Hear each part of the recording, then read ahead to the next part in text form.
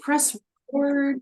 Um, First, I just want to thank everyone for joining us. We are starting our second kind of like learning and development book club discussion. So I'm super excited. Thank you all for joining us. My name is Yabi Demisi, and I serve as the Assistant Director of Learning Programs here with the Emory Alumni Association.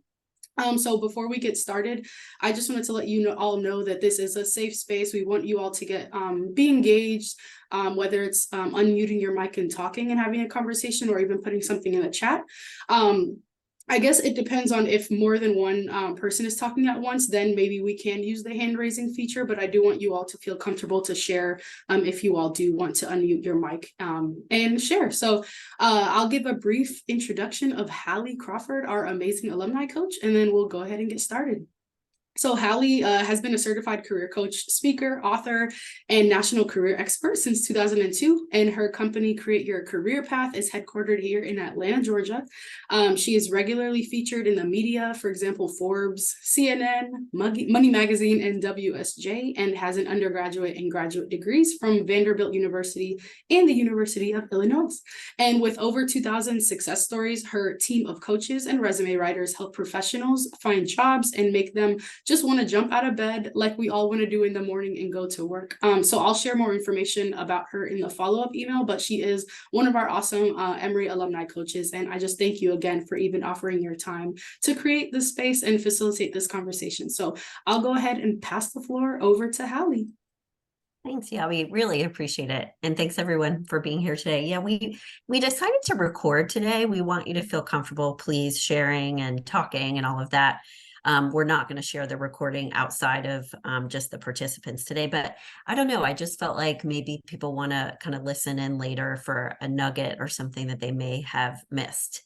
But you can feel free to put questions and comments, please, in the chat, and you can go off of mute, whatever is most comfortable for you.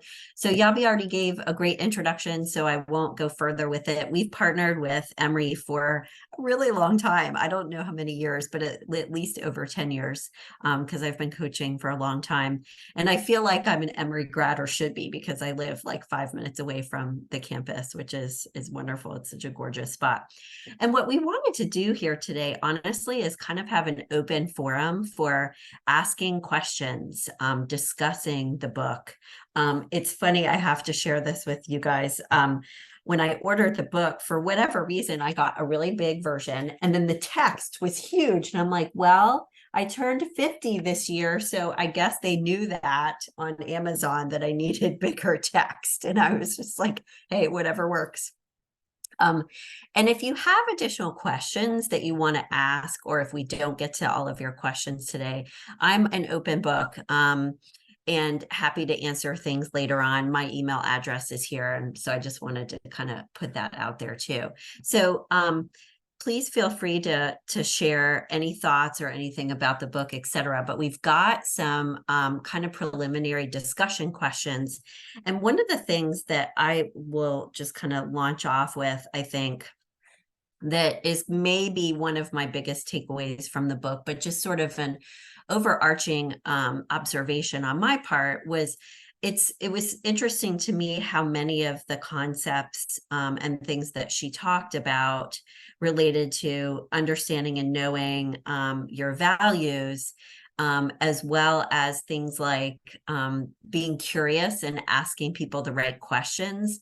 So much of it overlapped with some of the coaching skills that we train our clients on, and not just use with our clients, but we train our clients on, whether they're a manager or not. And the concept of curiosity, we call that powerful questions. And, I'm happy to talk more about that today, but I just thought that was really, really interesting. I think there's some really good overlap there. So to me, being a great leader in part is being able to be a leader in different ways. So of course you have to make good decisions, lead your team effectively and all of that. But I would say that part of being a great leader too is kind of being able to put your coaching hat on sometimes in order to empower your team, etc. So let's start out with this first question. I guess I'm curious from everybody, what is your biggest takeaway or themes that you saw or kind of really resonated with you from the book? What would you guys say here? And we'll call on people a little bit too, but I think that everybody's gonna, feel comfortable and want to kind of share. So what do you guys think? What was your biggest takeaway? I know there was a lot in there. And if you can give us some examples, I've got a couple of client examples too that I was going to share from when we coach people on leadership as well. So any thoughts there? Totally okay that you're off video, you're eating your lunch at the same time. We're just glad you're here. No problem.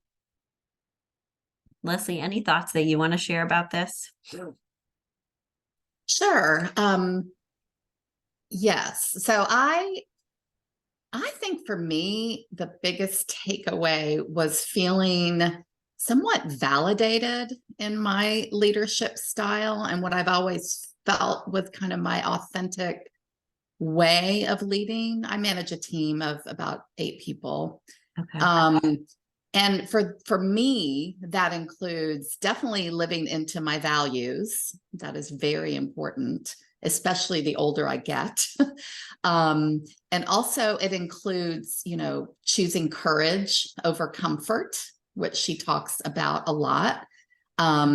Empathy, caring about people I work with and getting to know them and know them as human beings and not just worker bees. Again, living into my values is huge. And then also a big thing for me, and again, the older I get, is not being silent about hard things. And a couple of folks are on the call that I have worked with in the past, and I think they know me and know that I've probably never been silent, but probably less so now than ever. And, walking the talk, just really walking the talk. So doing what you're going to say you would do. So those are kinds of the things that I pulled out. And I just love the book, and I love Brené Brown and huge admirer of hers. And I really can relate to her, her writing and her philosophy. Yeah, she brings it down to like the right level, I think, which is so fantastic. And Leslie, if you don't mind me just asking, and thanks for kind of launching us off and letting me pick on you. Sorry, that's what I do sometimes. Is have you noticed, I guess one of the things that we talk with our clients about too is how their values as a leader helps kind of create the values of their department in a way, and like the culture of your team and stuff too. And do you see that within your team a little bit? What would you say about that? I do. I mean, the challenge is that my team is the smallest team in Emory libraries where I work. And so, yes, we definitely have that in our little team culture, but having the kind of influence or impact in a 200-person organization, now 235, because we're combined with the Carlos Museum now, that's a little more challenging, as much as I like to try to help have that sort of influence and impact. And but yeah, I mean, at least I feel like I have cultivated that within my own team, and we're all on the same page about that. Yeah. But it is harder, when you're a part of a much larger organization, it can be very challenging. So I could see that, and I agree with you. And I would love it if organizations, like as a whole, or even large departments, would talk about people's values a little bit more and encourage. And it's because it sounds like, Leslie, you talk about that, or at least like use that word sometimes with your team. And if they could at least discuss that more, then I think that would be just so incredibly powerful to have that be kind of the part of the culture of the organization. And maybe a way to influence it a little bit is, have within your team, obviously those discussions, but even outside when you're talking with other departments, like just bringing up the values. One of the things that I've noticed in the past, I would say year, and like since COVID, especially too, but even more so in the last year, is when we do webinars and stuff and we're asking people if they know what their values are, there's been a huge uptick in people like knowing what they are. And so I think that, with all of the increased discussion on mental health in the workplace and all this other stuff and, related to that, I think people are paying attention to it more, which is a really good thing.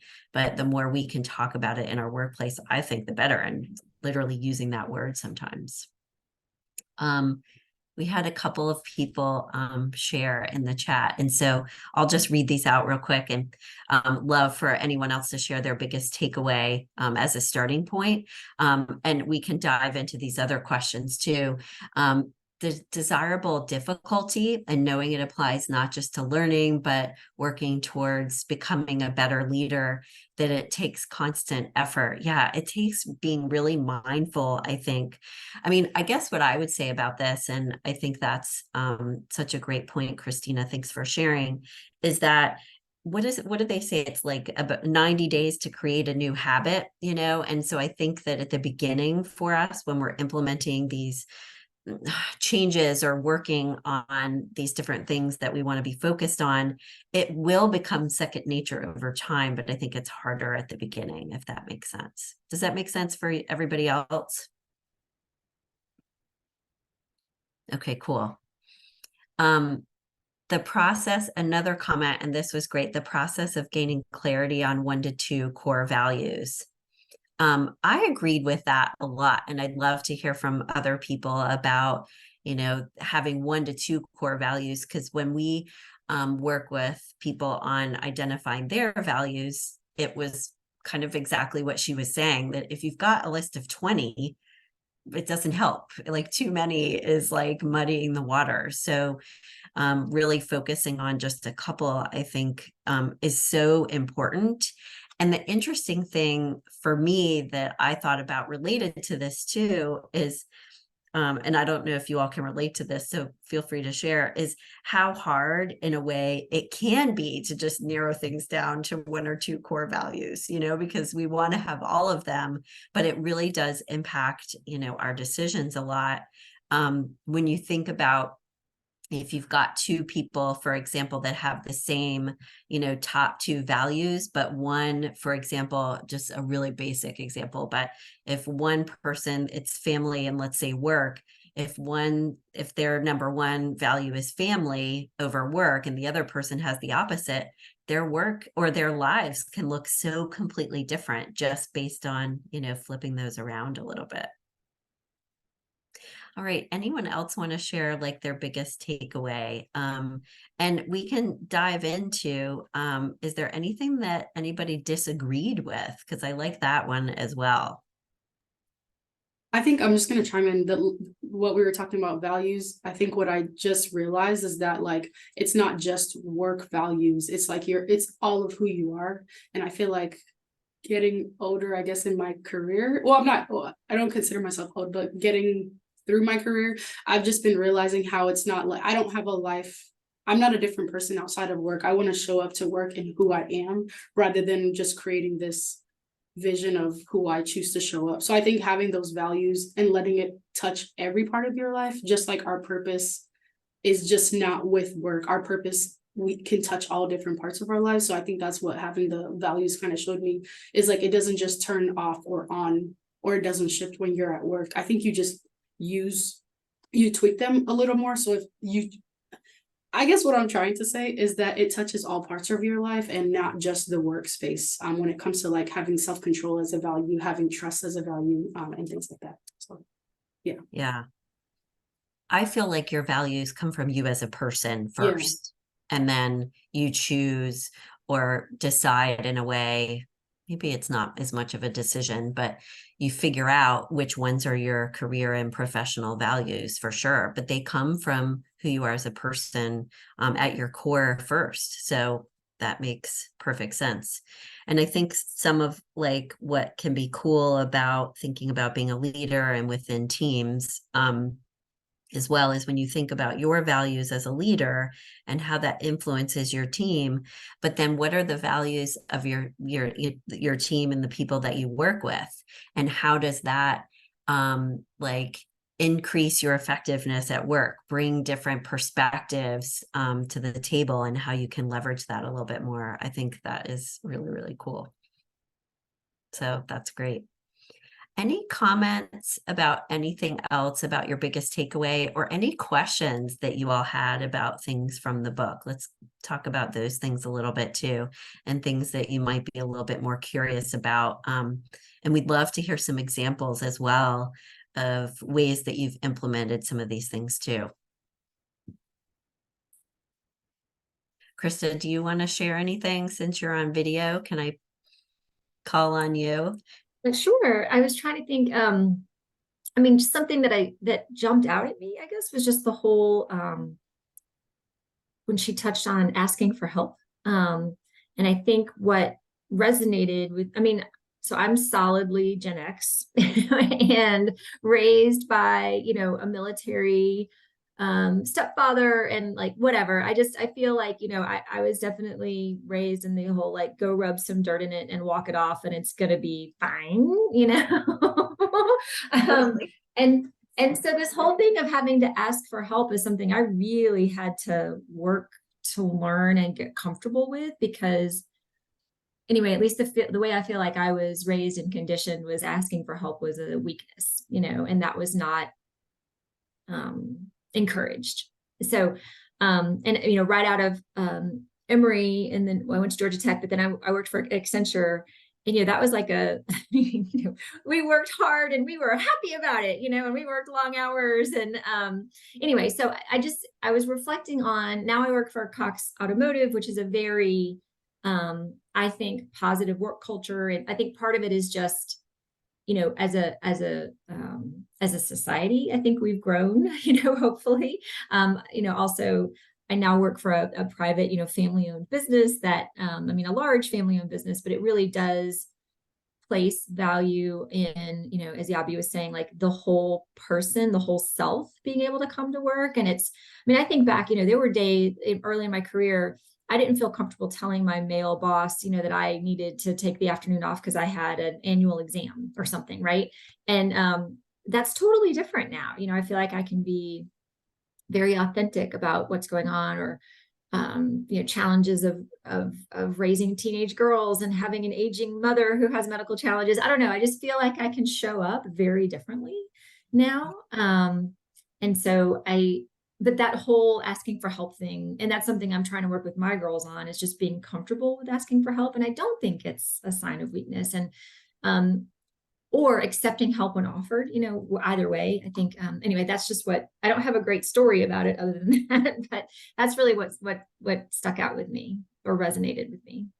No, that's awesome. I love that. And, you know, I do think the workplace overall, just in general, I mean, if there's silver linings out of the past several years, it's that we are focusing more on these types of things, and, you know, being able to be vulnerable sometimes at work, because I guess I think that, you know, as part of these myths that she was talking about is like, well, you're supposed to know everything. And, you know, asking for help or not knowing something is, like you were just saying, a sign of weakness. And we had a client once who, he owned the company and he was the CEO also. I can't remember the exact details. Point is, he ran the company, and several years in, I mean, it maybe was like 10 years in or something, somehow he found out, I think someone finally told him or something, that everyone or most of the people in the organization were really intimidated by him. To your point, Krista, he was ex-military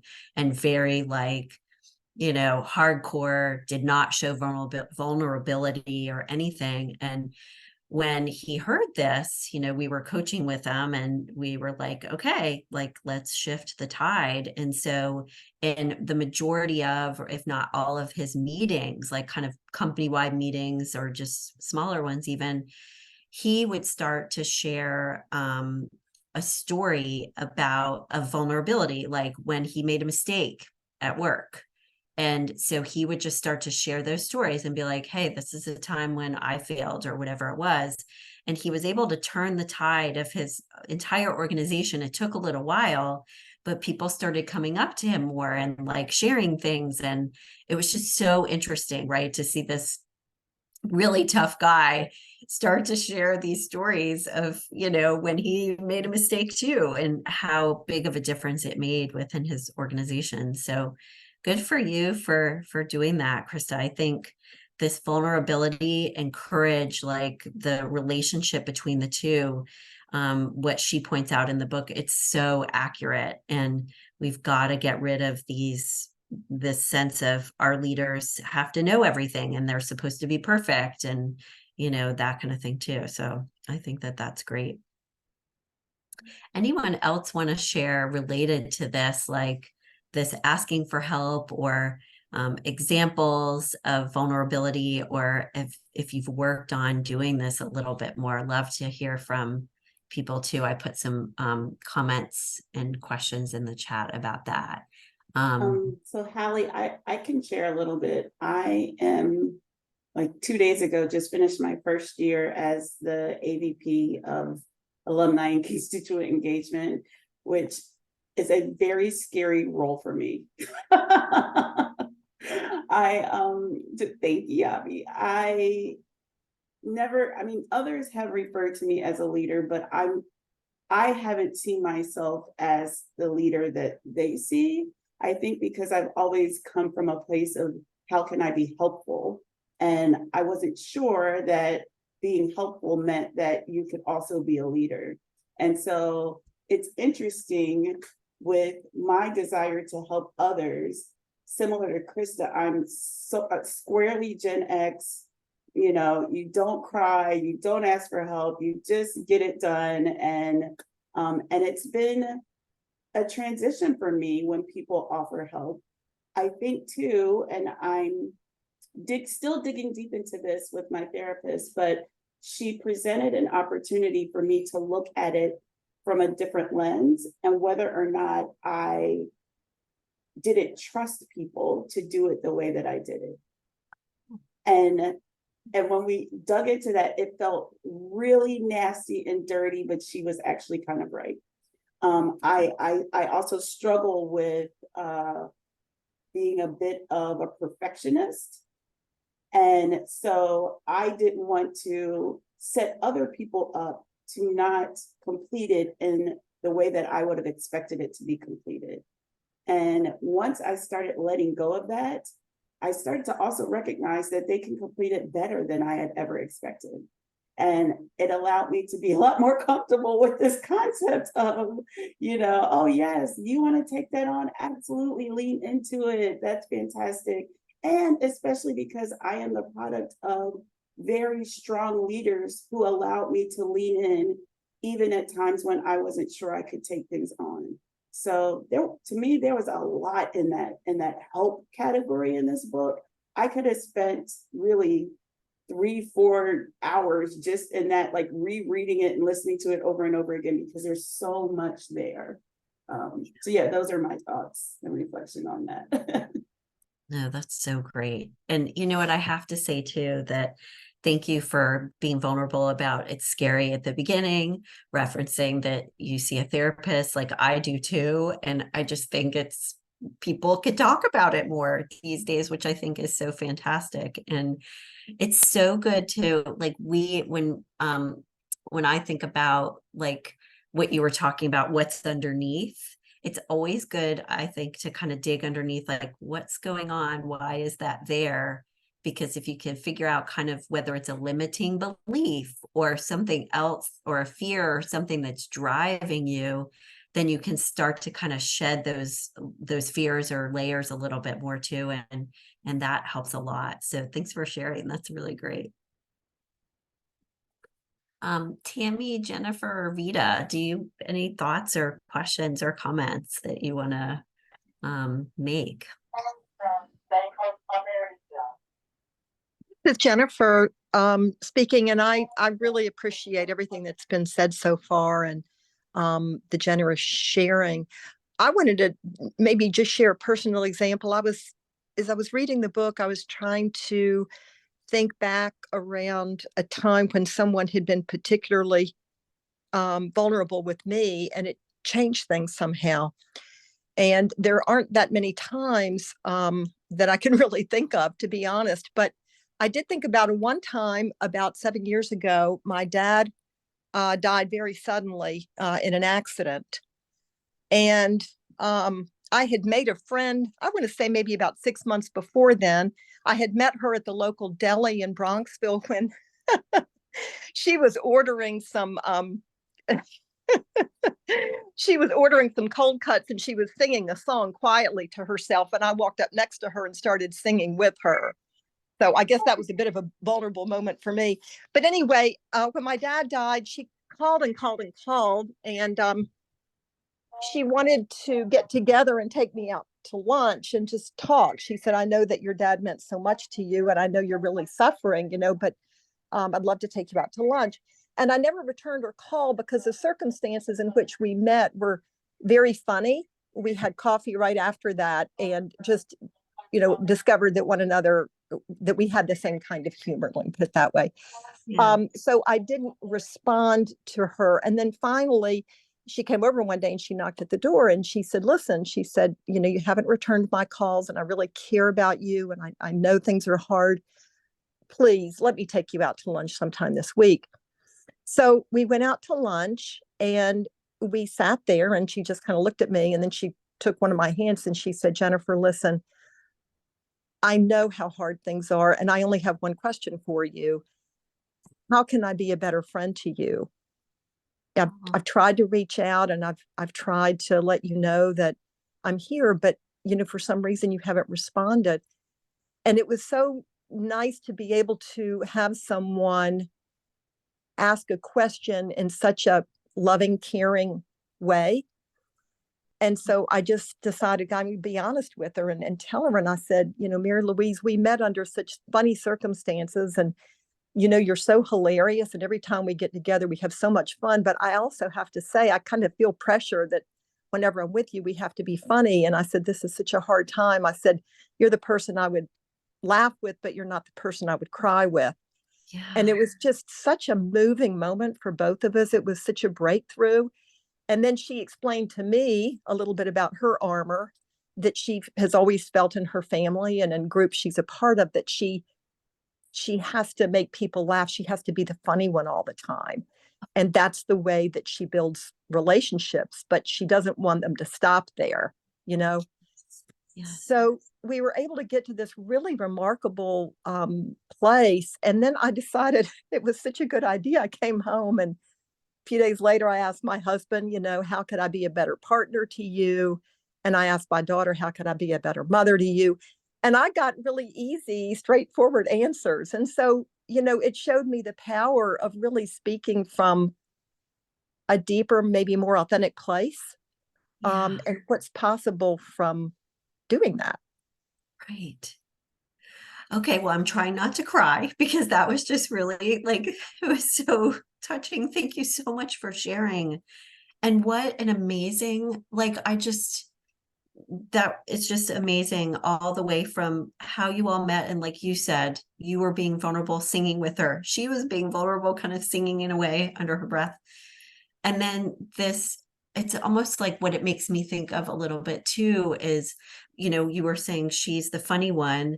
My therapist sometimes jokes with me that my love language is sarcasm. And I'm like, okay, I'm not sure that's a good thing. Like, we need to work on that. Okay, fine. But yeah, like how we relate to people. And sometimes when our armor is like getting in the way. Thank you so much for sharing that. That's just so moving and meaningful. And what I can just imagine that moment. Like I picture it in my head, you two sitting there and having that moment.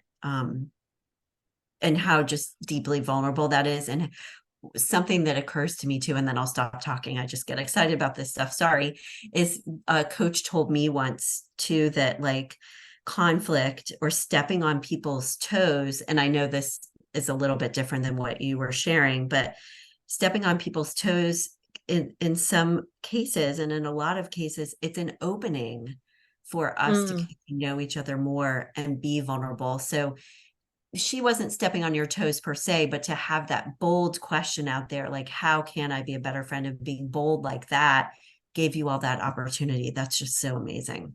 Thank you. Really cool. And that question too is, how can I be a better friend? In the curious questions that she talks about in the book. In coaching, we call those powerful questions. And if just using that one as a quick example, if it's okay, like, how can I be a better friend is not a yes or no answer question. And that's why it's so powerful and fantastic. And it also, how can I be, assumes a positive outcome. And that's what we use in coaching, is this idea of powerful questions where the other person cannot say yes, just yes or no.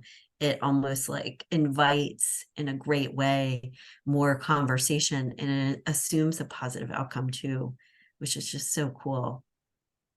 That's so awesome. Thanks for sharing. Thank you. Anybody else have an example or, something that they're working on as a result of this? Tammy, did you want to share something? I couldn't tell if you were going off mute or not. I Yeah, apologize. sure. I was gonna share, and then I saw Jennifer pop in, pardon that is. But thank you, Jennifer. Hello from Georgia to New York. And I just put in the chat that I shared that same question with my daughter the other day of how can I be there to support you? Kind of like that same, how can I be there for you? And I think it just opened up the conversation in a way that, because I have an adult child, so I'm learning how to kind of talk with adult children and be more of an advisor than anything. So, but the chapter, I didn't even make it through all of the book, I have to say. I made it through halfway last night, and the chapter that resonated with me a lot was talking about the armor and perfectionism. And I think Jennifer Kyles talked a little bit about the perfectionism, and we actually, Jen won't care if I share this, but we share the same therapist. So that's when you know you're good friends with someone, when you know their therapist and you know that they share the same one. But Yeah, anyway, I love it meant a lot to me as far as kind of like, it was a hard chapter. It was a really hard chapter. I have to keep reading and reading some of those things because it was new language for me. But just the fact of kind of shedding that armor, I get a little choked up because it's a little scary to do that. Yeah. But I don't know what else to say about that particular chapter other than perfectionism is really hard to overcome.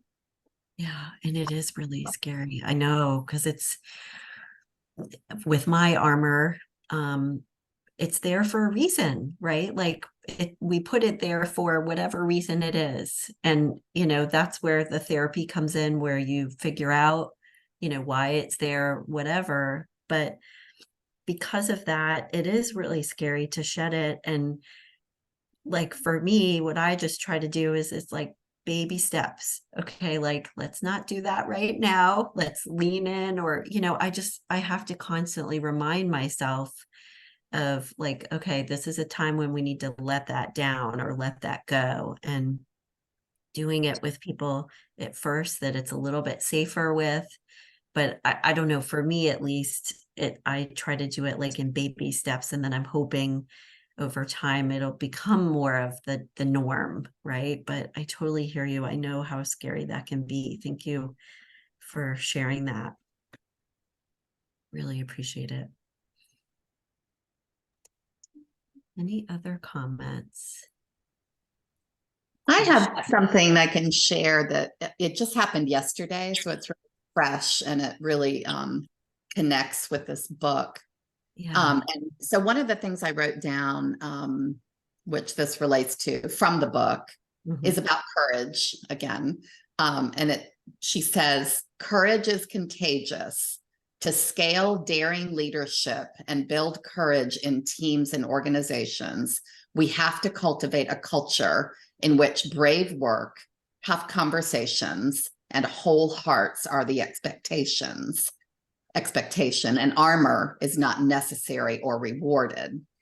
And the example, what happened yesterday is we had a meeting with my team and with the head of our organization and also the head of the libraries, and then another high level leader, and we were talking about the future of my team, which is called Campus and Community Relations. And one of my leaders is retiring soon, and I'm actually looking to leave as well. And this all relates to the values question. I will not go into details, but it relates to that. Yeah. But anyway, one of my team members, we were talking about, who should be taken, what could happen, what could change. And one of my team members just spoke up in defense, or more to advocate for one of my junior people who I hired to be our events manager, and she's been with us now for 5 years. And there was a time when we had 2 people doing events for the libraries. They took one of my people left to go to, bigger and better things, but they didn't replace the position. So this person is really kind of doing the job of 2 people now. And so my other team member, who has nothing to do with events, he's on the exhibits team, spoke up in front of the top leadership and said, if you all don't do anything else, you need to take care of this person, because you took a position away and she's doing the job of 2 people, and she deserves to have a second person or an assistant, somebody working. Anyway, it was like, wow, you go, guy. I mean, that's exactly what I'm talking about. When I talk to them and say, you guys, you please speak up. I know you're worried about losing your jobs, but sometimes, it's okay. You've got to be courageous, and that's the only way change is going to happen. And so anyway, that was such a great example of this, and it happened just yesterday, and I was so proud of him. And my colleague, who's the events manager, was like, yay, of course I say this stuff all the time, but to hear it coming from, someone else on my team was really, really nice. Anyway, I thought that was a good example to share. What a win. That is so amazing. Like, I would have been there too, being like, you got to. Yeah. We'll see what happens and if anything comes of it, but at least he spoke up. Yeah, it's step one is, saying that, especially in front of leadership like that too. I'm just really curious, and if it's not appropriate to share, okay, but how did leadership respond? Great that, did they, obviously we don't know the decision, but were they caught off guard, or was it like a good thing? They handled it very diplomatically. Okay.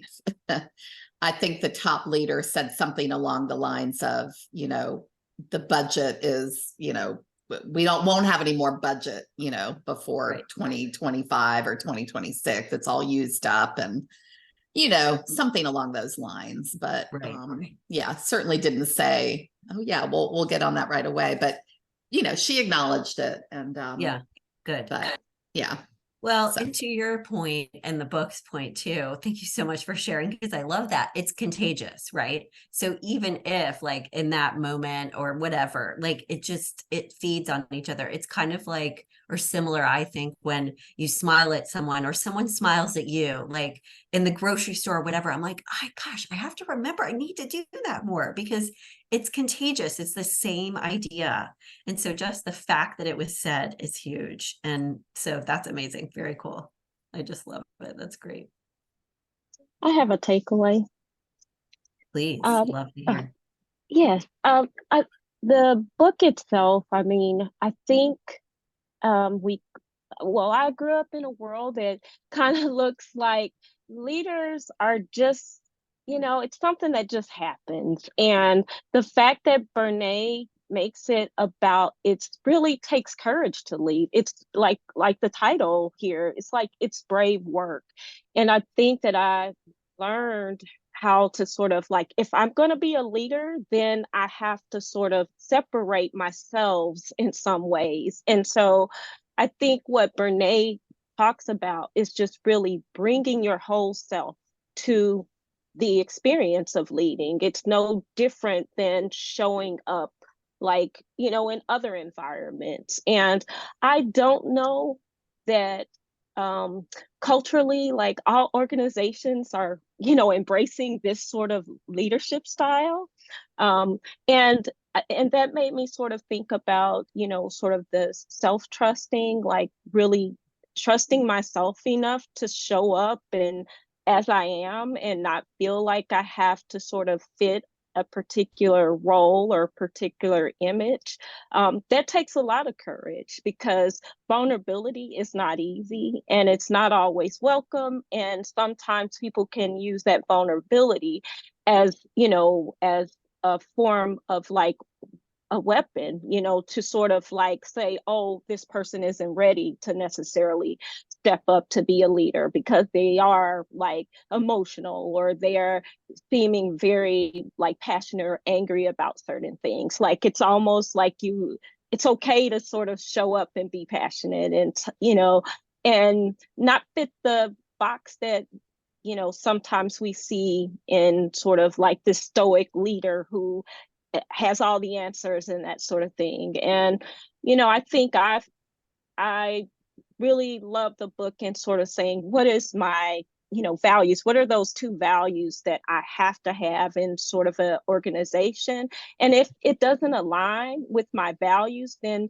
it puts it back on me to say, well, is this the right place for me? Is this the right location for me to really thrive and be successful? And I think as a Gen X, like so many of the others have said, sometimes that's hard to sort of like break away from that because I feel so committed, or staying in some environments that may not be the best place for me to thrive. So I really love a lot of what Brené says in the book, and just I've grappled with a lot of those concepts and how to sort of really apply them in my life so that I can, be the best leader that I can be and show up, my whole self show up and be in an environment that I really thrive in.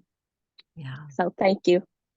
Thank you for sharing. It's so true because you've got to show up that way and you've got to find a place that values that and will allow you to do so and to not kind of like what you were saying, the too emotional, that's so perfect, right? Because how many times have we heard that in different situations? But it's like not just because if the place that you're in, if it's not a fit for you, not thinking that it's you and thinking, oh, there's something wrong with me, so I need to adjust and change to fit the mold. It's like, no, I need to go to a place where they value that.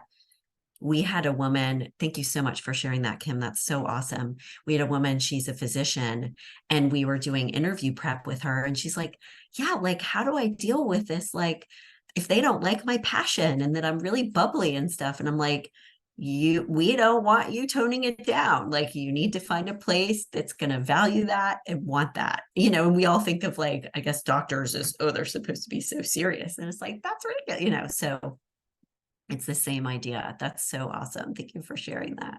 Got to find the right place where you can be you. So true. Values and, everything else. I'd love to, if anyone else wants to share anything, please feel free. But I'd love to start thinking about, and myself included, and Yabi, if you'll share something too, that'd be great. Things and skills that you're really committed to working on. And I know I think we've shared some of those things already, but like I find for me, if I try to focus on like, one thing at a time, it's so much better, than trying to do like 10 things at once. So while we're thinking about that, something came through the chat too, which was great. Thanks. Christina first read the book a few years ago, interviewing for a new job. That's so great.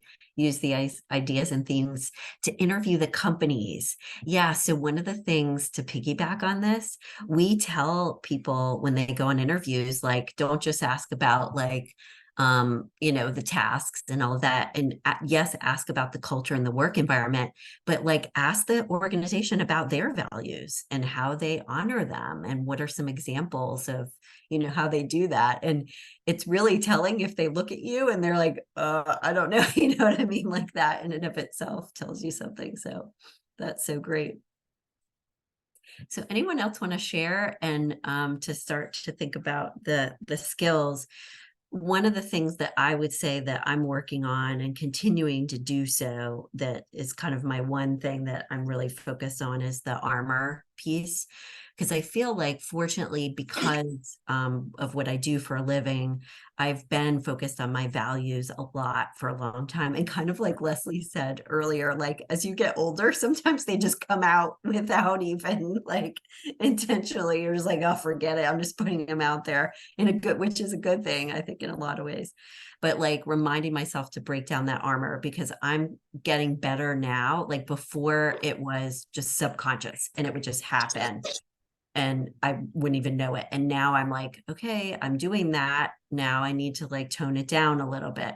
So the awareness, right, is the first step, and then toning it down more. Yeah. Jennifer, did you want to say something? I was just laughing. Yeah. Because when somebody steps on one of my values, that's when I really get activated to be more forthright. So, it is, sometimes it's dialing it back a little bit and making space for someone else to speak. But when you had asked, what is the one thing we want to work on? One thing I've been trying to do lately, along the lines of her point of having the tough conversations, is to ask myself, what is the conversation, or what is a difficult conversation that I'm not having? There's always one. There's always a difficult conversation I'm not having. And I'm not saying that I always choose to have it, right? Because sometimes saying nothing can be best. But more often, if the relationship is important and you want to continue to connect with that person, if there is something difficult that's coming between you, it's important to have that conversation. So I just kind of keep that on my agenda every day. Like, is there a difficult conversation that I'm avoiding or not having? Love that. Ooh, that's good. That should go on all of our walls, I think. I think that's awesome.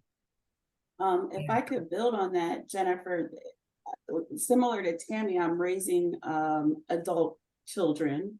And I find that sometimes I don't have that difficult conversation because I just don't want to be uncomfortable, and I don't want to make her uncomfortable. And Tammy's laughing because we literally talked about this yesterday. But I think that this conversation is very timely, because instead of avoiding it, maybe I need to work on the language I use when having that difficult conversation, instead of just avoiding it altogether. And listening to you express how maybe you stop talking as much. I feel like I have the tendency to over explain, and and I could just be quiet and listen so that I can understand where she's coming from. So I appreciate you sharing that so much. I needed that. Yeah, sometimes the silence is the way to go, right? We as humans, I think we want to help each other out and fix, right? And I remember in coaching school, when I got my certification, we had an exercise for like an hour or something where we'd have to work with people going around the room, and we couldn't give any advice. And all we could do was ask a question or like paraphrase what they said. And you would think that would be so easy. It was so hard. So sometimes asking a really good question is the way to go and the best thing to do. Anyone else want to share? I just put something in the chat because I know I've been talking about my armor. My armor, kind of similar to what we were talking about, can be humor sometimes. And there's a book that I read several years ago that's called Attached. And it's it's about personal relationships more so, but I think it can go along with, and then Rita, it looks like you're raising your hand. So we'll call on you in a second. But I can sometimes err on the side of being an avoidant versus an attached, connected person, where you avoid that connection. And so my armor, what I've been referencing just to share, is to be like vulnerable and connected and allow that connection instead of like pushing it away. Rita, did you want to share something? Because you had a hand raised, but I don't know what it meant. Yeah. Okay, Yeah, go ahead. thank you. No, I just was going to add as well, along the lines of what others have been saying. I think one skill that I want to continue to develop is learning to apply positively framed, powerful questions. I think that was a really important takeaway for me, along with clarity on values. And I will also say, along with reframing how I think about conflict, I've always been very conflict averse. And I think it's been one of the barriers I've faced as a leader in my career, because it's really when I feel myself shut down. You know, for example, when someone is not performing and there's I already perceive, oh, there's a conflict. I have to have this hard conversation. And so the book helped me really to think that conflict is really, there's a process of achieving equity in some ways, right? In order to get to equity, we have to go through conflict. And so it's just helped me reframe conflict in a number of ways. So that was an important takeaway. So I want to continue to work on those two skills in particular. That is so great. Thank you for sharing that, because it's so true. It kind of piggybacks a little bit on what I was saying earlier, where stepping on toes opens up opportunity for so many different things. And that's exactly right. Thanks for sharing that and just reframing what conflict means. It doesn't have to mean a win or lose, and it doesn't have to mean, oh, this is painful or whatever it is. So thanks for sharing that. That's awesome. Anybody else want to share some action steps? This is just making my day. I have to just tell you all, I really appreciate you sharing, being vulnerable. It's just so fantastic, and love that we can have these conversations and everyone's willing to share what's going on for them too. I can share too if you want. I think I have, I guess the one thing I was thinking about is the values, because when you talked about kind of limiting the values, not having like 20 different ones and limiting it to just a few, I think it kind of made me realize how I am even with like goal setting, or what people typically have for like New Year's resolutions. Of we come up with a list of everything that we need to do, but we don't have enough time in the day to focus 24/7 on every single one. So I feel like I've been able to see more change in my life when I've focused on one goal at a time. So you still have an idea of 5 goals, but it's very hard to multitask in general. So that's the step I'm going to take in terms of the values. I feel like I'm going to take some time to really sit down and find like 2 to 3 core values, because I also think it can slow me down, because I get to a point where I'm just always running busy and filling my time with things, and I'm like burning myself out. So if I can find 2 to 3 values, I'm able to align those with the things that I'm doing, so that I can kind of cut out like the fluff so that I'm not filling my time. So that's one of them. And the other one I was thinking about, I've just realized over like the past year or so, I catch myself like feeling stuck where I am, like afraid to make moves forward or like put myself out there to where I don't do anything. And I've just realized it's like a fear of like rejection. And I feel like this book is really helping me to realize that there's like a lot of freedom that comes from like just taking one step of fear. Because a lot of what we do, like when we open our mouth with like having courage to say something, it's not just helping us. It's like you said, the contagious courage, it's helping other people as well. So just realizing that the steps I'm taking, it's not just for me, it's actually benefiting other people as well, moving and shifting me into places. So I think that's one of the things I think this made me realize, and just focusing on one step, just literally one step, and not thinking too far ahead when it comes to you realizing that fear is stopping you from doing a certain thing or making a decision or putting yourself out there. It's so true. It's the baby steps, right? And I think a good thing, and I love, Leslie, what you put in the chat. So everybody check that out. That's awesome. What I find is cool about everything that she talks about in this book is the good thing is it's like a small step can have a huge impact.